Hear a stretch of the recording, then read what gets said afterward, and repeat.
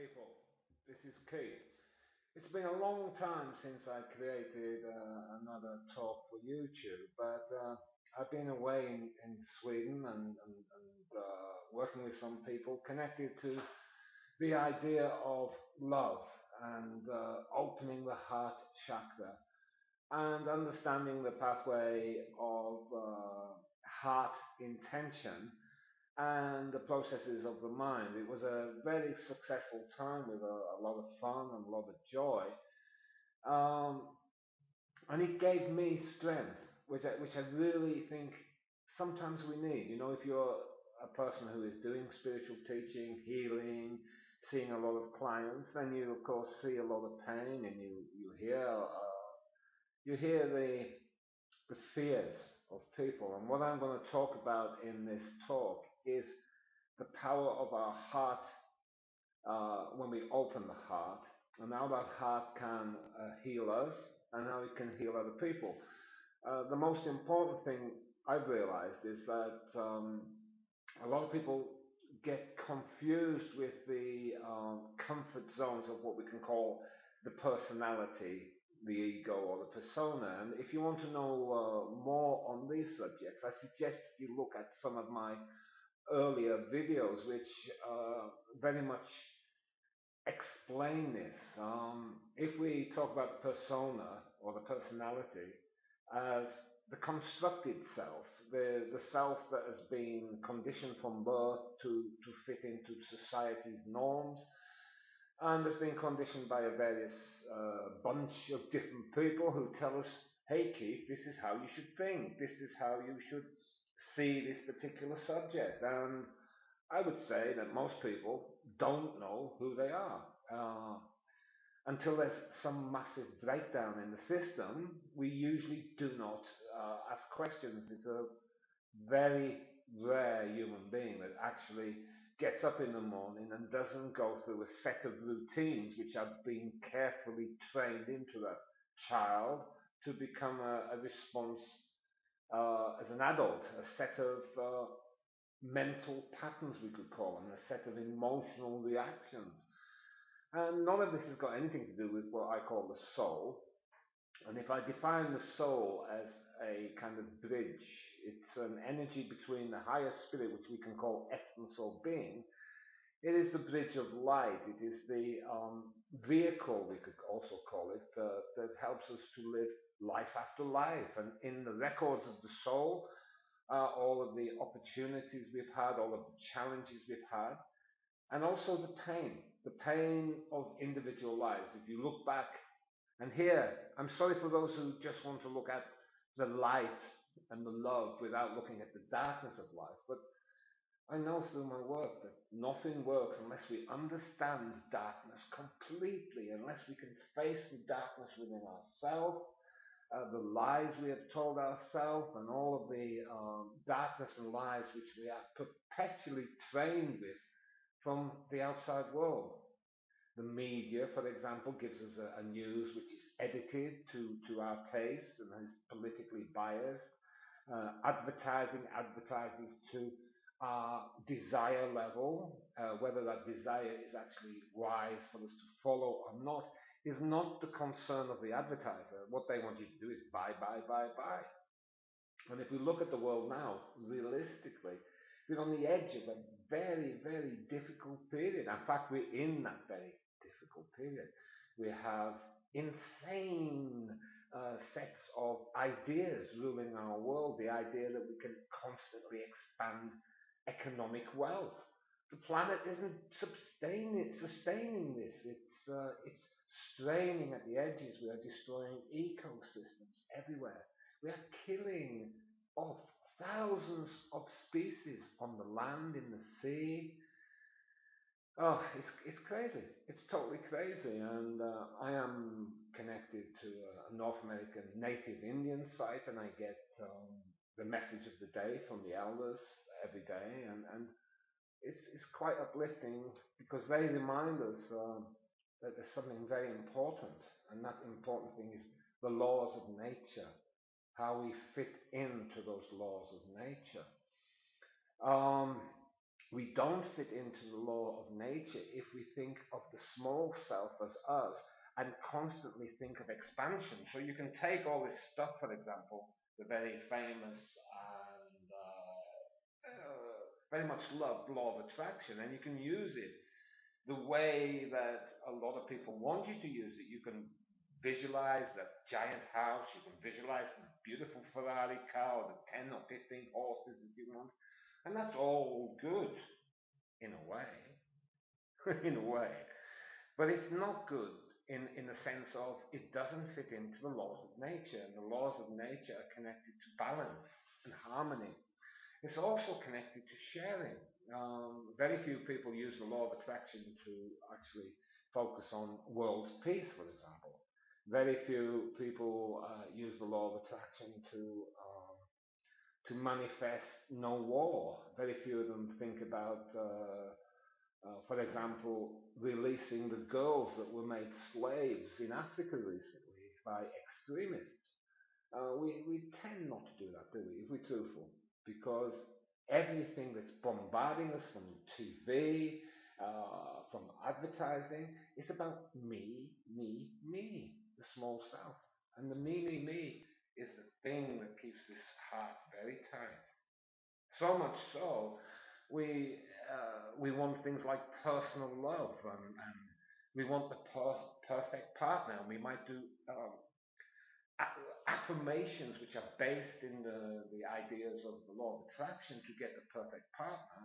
At the same time, we don't do our shadow work. We don't dip into the blocking energies, and we don't see how our constant me of the personality actually is very distasteful to a nice person. We might get someone who is equally me, because the law of affinity means as you vibrate at a certain level, you attract other people at that level. The law of affinity says, okay, that's your frequency, that's your emotional frequency.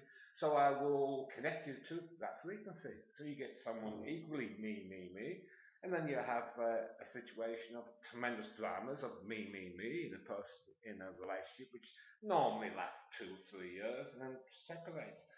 So the law of attraction didn't give you perfect love, even though you said all of the affirmations.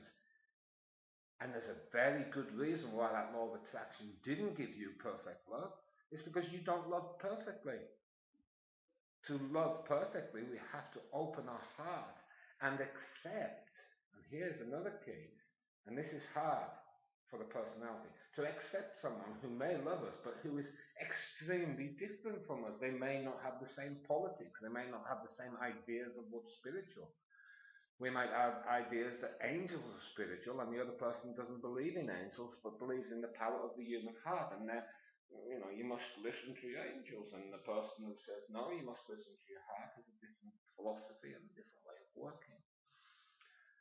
So, how can the personality manifest through the law of attraction or any other spiritual or hypnotic, self-hypnotic process?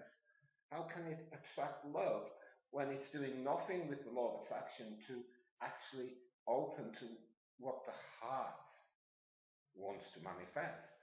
So here is the crux of what I'm saying. What the heart wants to manifest is the energy of the soul. And the energy of the soul is the energy of adventure. The soul loves the adventure of life. It loves the experiences, the challenges. It loves its dips, as I call it, out of the world of spirit into the world of the physical. It loves these journeys into physical bodies. It loves being a man. It loves being a woman. It loves traveling down the timeline of life after life. And it also loves its time not in physical life. But the soul loves. This is the key. It loves. And the soul also recognizes the great beauty of the diversity of ideas. It understands that one person's spiritual is another person's poison, and vice versa. It just accepts that, Religion, for example, people can easily look at, for example, Christianity and in the past and say this was a very narrow and difficult religion and it had nothing to do with the universe. They made this angry God image. But you see that angry God image in Judaism, you see it in Islam, you see it in Christianity. And these religions have a different angry God, don't they? So they don't fit together, really. This God has a different view from this God, who has a different view from this God, and what we have is a triangle of forces which actually are fighting each other all the time. So this isn't spirituality. The unfortunate thing is that today in our world we have New Age spirituality, which is often based upon these archetypal forms of the past that talk to the angels and talk to the ascended masters. Um, and you will see people have their personality preference. Some are kind of tied into the channeling of the Christian and, well, the Christian, not Buddhist, Christian and Judaic and Islamic angels. They channel those. And to make them a little softer now, so that they can be accepted by the New Age fraternity, they make them into female form. They still give them feathers, of course, which has never quite been understandable to me, why you would need to give an angel feathers. But there you go. An angel is, if it exists at all, is a spiritual being. It doesn't need feathers to transform itself through different dimensions of consciousness. It just uses its heart and mind. So these images are what we call archetypes. They're old archetypes and they're being put into New Age religion. And don't fool yourself. I'm telling you the truth. It's not New Age spirituality when it has these very stuck forms in them. They are archetypal religious groups who have taken these forms and therefore link into the old archetype, but they add new teachings, so they try to create a new way of looking at them. But nevertheless, they cannot escape the archetype because they're still using it. I prefer to teach how to go to the heart. The heart is the center of love and the center of pure intuition. So my heart has shown me a pathway through life that has led me in and out of groups. It has led me to look at many different teachings, but it's led me away from them all. Now you might say, what's the point of leading you into teachings and then leading them out? Well, the heart replies to that and it says, well, each teaching is a type of translation of divine knowledge. So, for example, a teaching based on the Kabbalah is a translation of divine knowledge placed into what they call the tree of life and its different levels and its different qualities. And that tree of life is based on very ancient teaching. So although it's got a wonderful teaching within the Kabbalah, it still is at some point locked into those old archetypes. And you can say the same for everything else, whether it's the I am movement talking to the masters of life, whether it is Sufism, which comes from Islamic mysticism, or it is even the Course of Miracles, which is based very much. I know it's supposed to be Jesus, but so are many of the other channelings. But it's based very much on the Christian, early Christian archetype. And although the Course in Miracles, I think, is a very interesting book, and you can work with it, for a lot of people, it just doesn't work. It doesn't work because they don't buy into that particular archetype. I personally think that the Course in Miracles works great for those who need to particularly let go of self-pity and to see more love in every area of their life. And that applies to most people. But its Christian bias, I think, makes it inaccessible for certain people. It did for me. It might not for you. And that's great. So what I'm saying is all teachings, my teaching, any teaching, has a certain amount of archetypal energy in it. But the more we understand where our archetypes are coming from, the more we understand the fear-based consciousness in those archetypes, then the more we can escape them, and the more we can turn to the power of our heart. intense access to soul. The soul is, for me, a very female form. It represents all of the. I feel it this way. All of the mother energy, for me, it represents an aspect that is close to Mother Earth and the spirit of the earth. It connects to all the mother forms that I was brought up in Catholicism. I prayed to the Holy Mother of Jesus, Mary, and I felt it. I felt that connection to the mother. But I felt that mother in all forms, in trees, in the elements of nature, uh, in my own body and functions in my body. And I felt it in connectedness to every female that I met. Every female is a kind of representative of that divine feminine energy. Men also have this energy within them, and especially men who access both sides of the yin and yang, so that they are aware of love, how that love expresses as a male quality, a yang quality, which is an outgoing, kind of forceful, powerful love. And by forceful, don't get me wrong, there's nothing wrong with this. It's just a form, it's outgoing. The female is a more absorbing yin energy, like Mother Earth absorbs us back into her earth when we pass away. It brings everything back to the center. These are different forms of love. But there's a love which goes beyond the polarity. This is polarity, yin and yang, feminine, masculine. There's a love that transcends, or actually, transcends is a little bit of a difficult word for me. We can say, yeah, I'd just say goes beyond this polarity. Um, and that love is pure. It is pure expression of divine intention in the heart.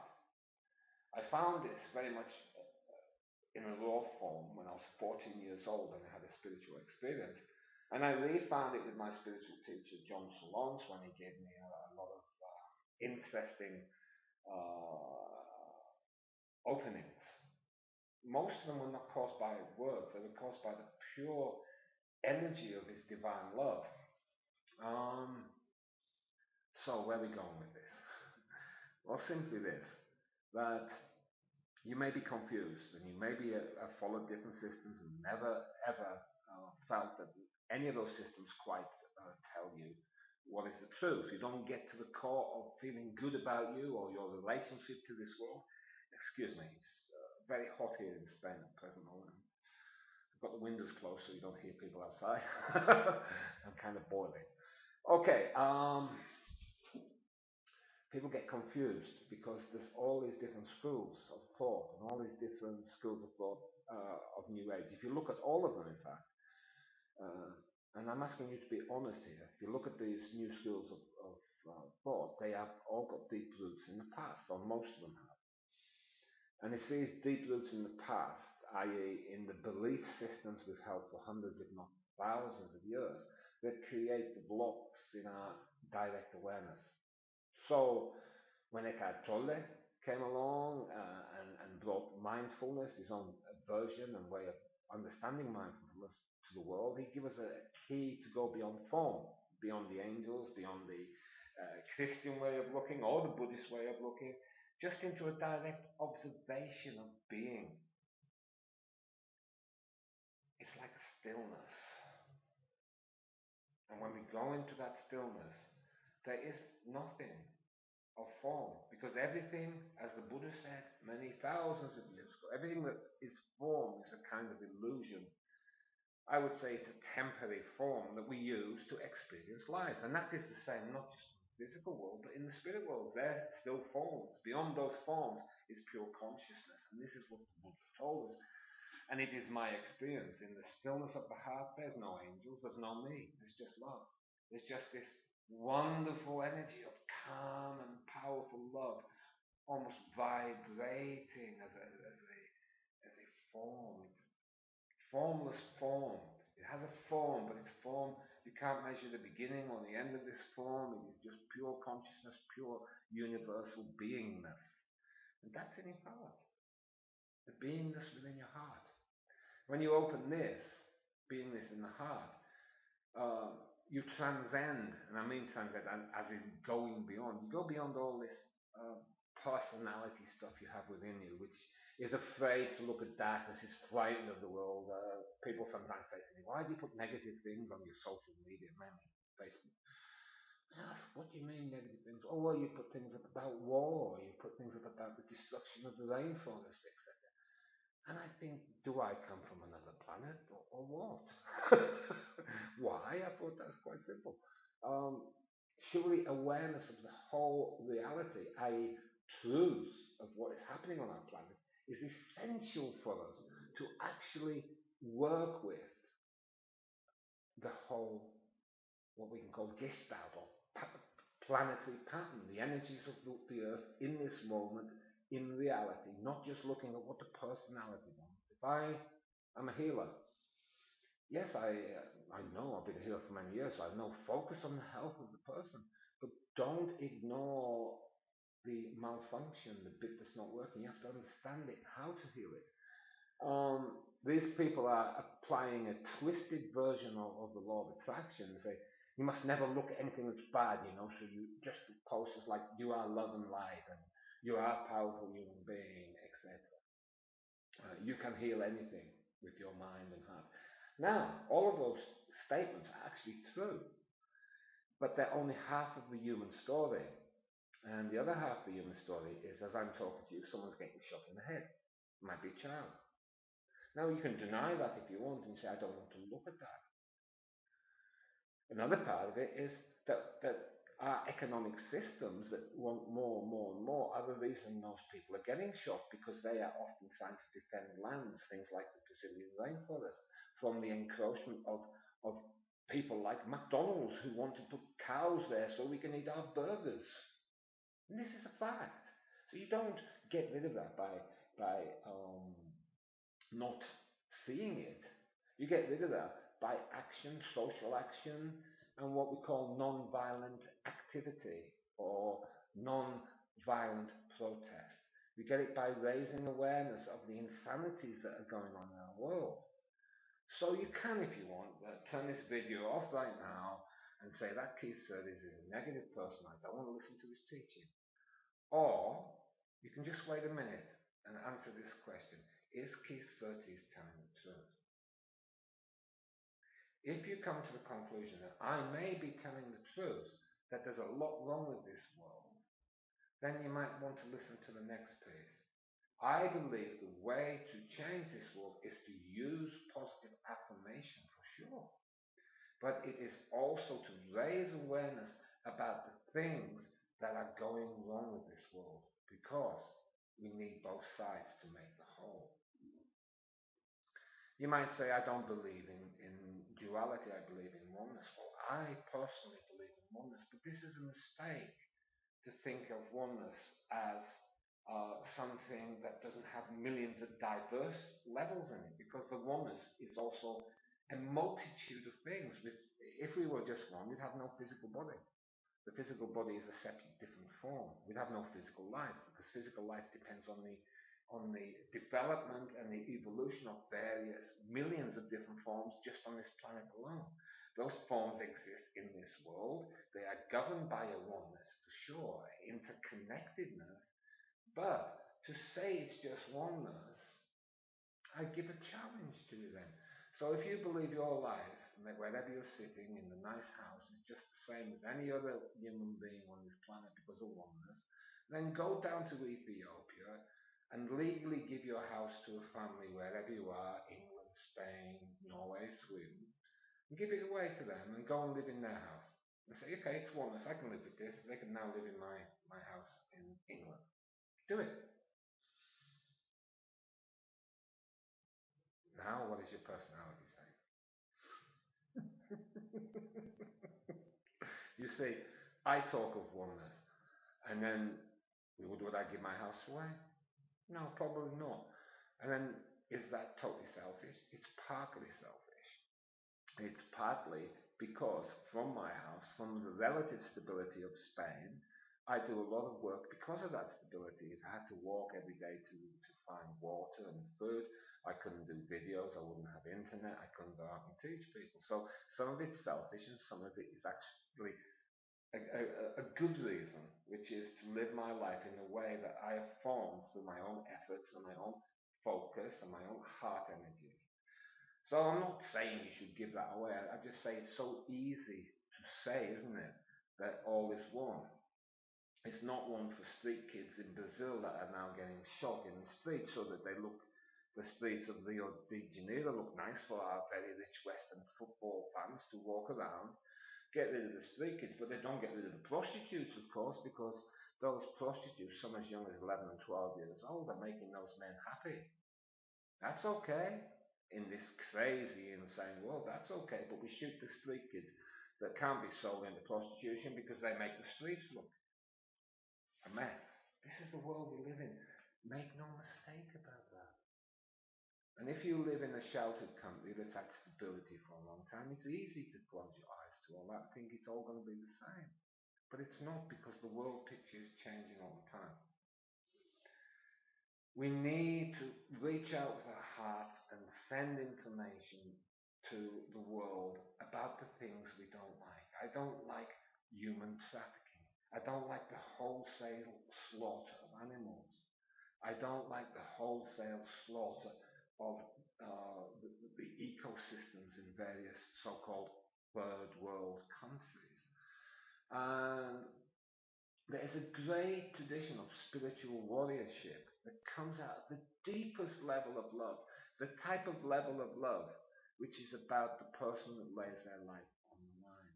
If you look at the very wonderful life of Martin King Jr., the pastor in America, the Southern Baptist pastor, who stood up and gave the great speeches of liberation for the black people of the USA, and had hundreds of threats daily. He knew his life was in danger. When he gave his last speech, I am absolutely certain that he knew on that particular speech this was the end. Now, what was his love? He got up on that platform and finished and got killed. Okay, there you go. That's love. That is love, a divine love that just follows the heart, and no matter sometimes the cost to the human body. Surely you can say that difference to those that talk about love and light and talk about always the good things in their life, which is also, don't get me wrong, a great thing. It's great to see the good things we've got, but they don't just stop there, do they? They always want more, more, more, more, more. And hence law of attraction and the more, more, more, more, more. The law of attraction has been made into another religion. It's been taken out of the many other cosmic laws, and I've talked about this in some of my earlier talks too. Talks on spiritual law, and it's been isolated, and it's because of that isolation, it's been overemphasized, and it's been taken out of the what I would call a healthy balance and natural balance with the other laws, such as the law of cause and effect, and everything I do. For example, the more, just take petrol cars. You want a bigger petrol car? That has an effect on the ecosystem. The law of attraction then, for if it fulfills your desire, is creating more problems for the ecosystem. Hence, that aspect of the law of attraction is actually detrimental to the ecological balance of our planet. Do you see where I'm getting? A lot of spiritual books are made very simple, and they are a part of a sales technique of selling to you the ideal life. And a lot of people who are frustrated, and myself included, with various parts of my life, I've got attracted to that and done the affirmations, etc., and got some of what I wanted. But it leaves you a bit flat. My heart tells me there's much more, Keith, and your heart does too. It's not, even if you feel your highest personality desires through the law of attraction, you've got the big house and car you wanted and big amounts in your bank account, I can guarantee if you don't feel good now inside, you won't feel good then.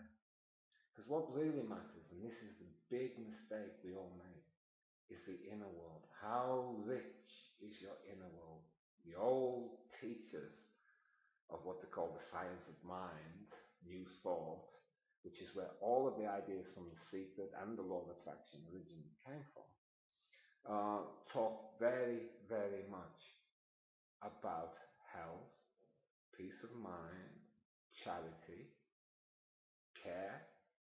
So they weren't just talking about the personality, they were talking more about their the soul qualities, because the idea came from a type of mystical Christianity in the beginning, and they used teachings from the Bibles, where Jesus said, "These and greater things thou shalt do," those and other such teachings, that Jesus was telling us how to manifest, and Jesus was. If Jesus is real and his teachings are real, um, even from the very censored and edited versions of the Bible that come down to us, we also hear that he talked about our neighbors, he talked about society, he talked about love, very much about love. And it's this aspect of love which I think is sorely missing often in the push to sell products that are connected to the law of attraction. The law of attraction is beautiful when it is in a full spectrum circle with the other qualities. So if you have a pie chart, a big round pie with segments, the law of attraction for me should be about this big. Then we should have things like intuition. We should have things like compassion and love, social responsibility, planetary responsibility, and many other aspects that connect with awareness, a full and rounded awareness of what our physical life is about. And why do I push this? Because if we don't understand this, if we hide in our dreams, our law of attraction stuff, and we don't face the fact of what is happening, the insane systems of governments we live under, the insane practices that are done in the name of international companies, where we get luxury goods at the expense of actually living water to the peoples of Africa and certain South American countries. If we don't wake up to that, then we are taking that energy in. We are karmically responsible for that, you see. Take the law of attraction out of it for a while. Look at the law of cause and effect. Our lack of awareness allows us to actually eat foods and buy products which are destroying this earth. You don't think there's some comeback on that? You think the law of attraction is the only law that is there? I would ask you to think again. So when you look at this big pie chart with the various sections all leading to a central point, I think it comes back, that central point is the heart. So if you're working with the law of attraction and you're using heart energies, then you are working the law of attraction primarily with the energy of love. And you won't be able to just manifest for yourself. You will manifest for other people. You will send thoughts of healing. You will sit quietly, and yes, you'll dream, but I dream this way. I dream, oh, my friend, beep, beep, is healing from that situation. And my other friend, beep, beep, name that is, of course. The other friend, beep, beep, is recovering from that depression. And I focus in with the law of attraction, using them as the attractor point for this energy, more health, more happiness. I also do things like that when it comes to things like the current Ukraine crisis, or the situation with the girls that were kidnapped in the school in Africa. I look at this and I think, okay, maybe I can't do much, but maybe I can post information about this on my Facebook account or other places. I can get people doing social actions which put power on governments to take action that actually will resolve this. Because many governments aren't interested, really. As long as the economy is going fine, that is the first priority. So I call this spiritual social action. It's not left wing or right wing, it goes beyond all ideas of capitalism and socialism and political ideas. It's a call for humanity to waken up to the heart, to basically stop being apathetic. Okay. Someone recently said to me the posts of difficult things that people can't do anything about causes apathy, and I have a reply to that. It causes apathy if we are stuck in our personality and we see ourselves as small and weak. If we learn the principles of working with the power of our mind and the power of our heart, and even more so above and beyond that, the power of the human spirit, the beingness of me, then I bring a lot of power through the heart chakra. And this is a magnificent, powerful tool or doorway to creating in our world the power of the human heart. I don't really want to say much more on this. It's just I felt a need to actually talk about this because I have many pupils who know me and know that I work mainly with the energy of love, love and truth. I talk about some very basic spiritual laws which create a tremendous help for people. The basic one being what I call basic trust, which is basic trust that the universe is good. That doesn't mean to say that I think everything is good in the garden and that I close my eyes to those bits of human behavior and human consequences where pain is involved. No, I do not. And that's the other part of it, you see. That love also says, let us try and help our brothers and sisters who are less fortunate than us.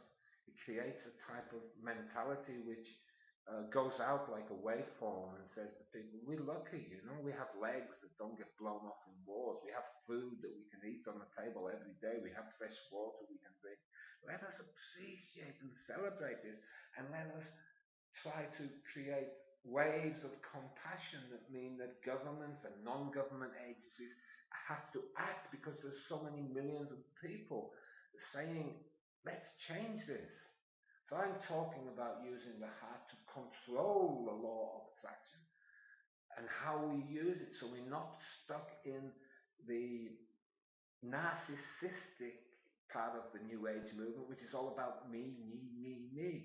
And we transcend that level to actually do some real divine work on our planet, which is the chance to bring in what Eckhart Tolle, reflecting words from the Bible, calls the new earth. The new earth. The new earth is a earth that is flowing from, in a natural way, a higher or more loving.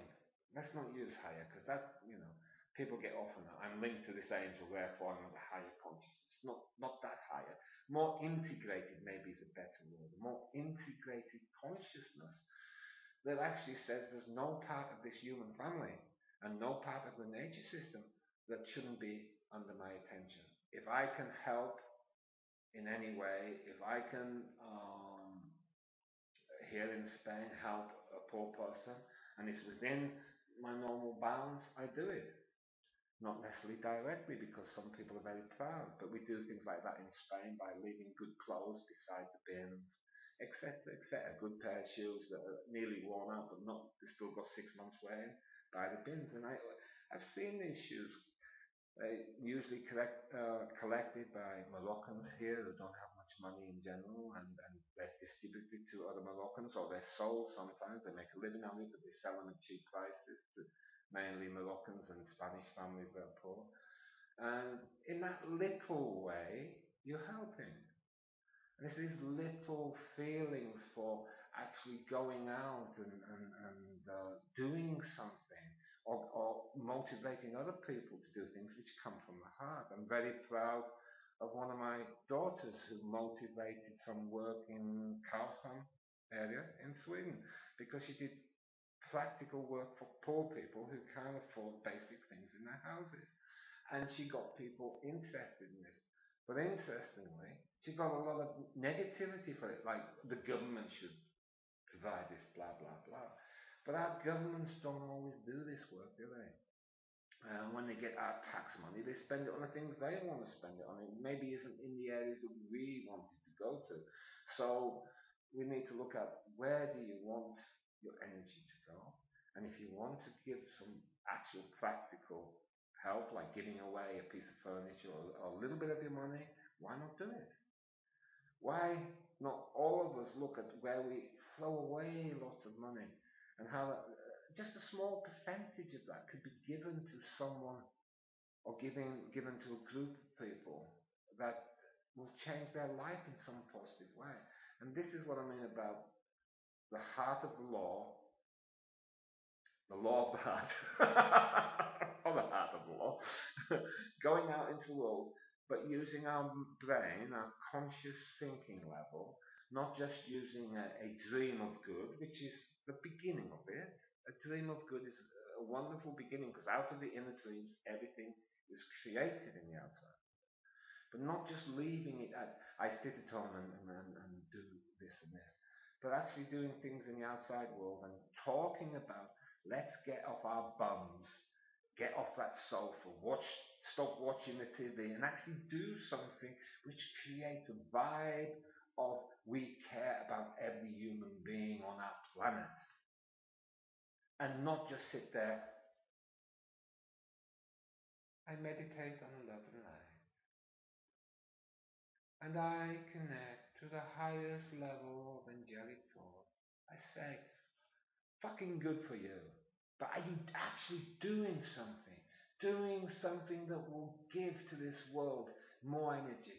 And that something can be that you have so much love in your heart that when you see someone, just a normal person in society, that's locked in depression, locked in a negative self-image, you actually take the time to notice them and give them some words of encouragement, because each little energy change creates for another human being the opportunity to get out of the dark state of mind or the dark, repeating emotional pattern. So that's my words for today. I hope this helps you a little bit. I'm going to do other aspects of practical love, divine love in practical ways in the following 2 or 3 videos. Yes, I talk a little bit philosophical about the various things we get involved in as the personality seeking spiritual enlightenment. But I like to say spiritual enlightenment comes from the heart. And this is what I found, and this is what I teach to my groups and the individuals that I talk to. The heart chakra knows how to love, knows how to guide my life, knows how to bring power for me to love myself. And that I will talk about in my next talk. For if we truly love ourselves, not in a narcissistic, small, fearful way, but in the feeling of, I know Keith is a good person, is intelligent, is doing good things on the earth, and I'm proud of Keith because I am Keith, and I know my heart, and I know why I'm here on the earth. If I can appreciate me, then I have flowing over love and appreciation for other people. If I don't really love me and my religion is a way to make my ego feel better, I have no love really. I can talk about love and light forever. So we're going to talk about the differences in that. A person who is stuck in a fearful narcissistic personality talks about love and light a lot. I'm so loving, we often say. Anyone that goes around saying I'm so loving, that's a problem, believe me. What we have to do is live that love. We don't wear it as a badge. Look at me, I have a badge. I'm level 25 now. I started at level 1, and the master's at level 100. I'll be there next week. You know, this kind of expression where the ego needs to show everyone what it does is all part of the deep fear inside the personality that we're nothing, that we're not worth anything. So this next talk will be about how to actually appreciate and truly love yourself from the eyes of the soul, how the soul can mend you and heal you. And from that I will show you, with the help of guides and whoever else is working with, I will show you how to relax, enjoy life, but to be in touch with even the things that once frightened you. So you can keep your mind and heart open to the world as it is, to be truthful and not hide behind the little dream of the personality, but to get in contact with the big dream of the soul, which is a world of equity, which is a world of fairness for all, which is a world where we take care of our ecosystem and we farm sustainably. We take care of the vegetables, the trees and the waters, a world which we haven't got yet because we're all locked into the present economic system, and it must end. It must end, and the alternative based on love, practical application, and practical skills on the physical level needs to come into being.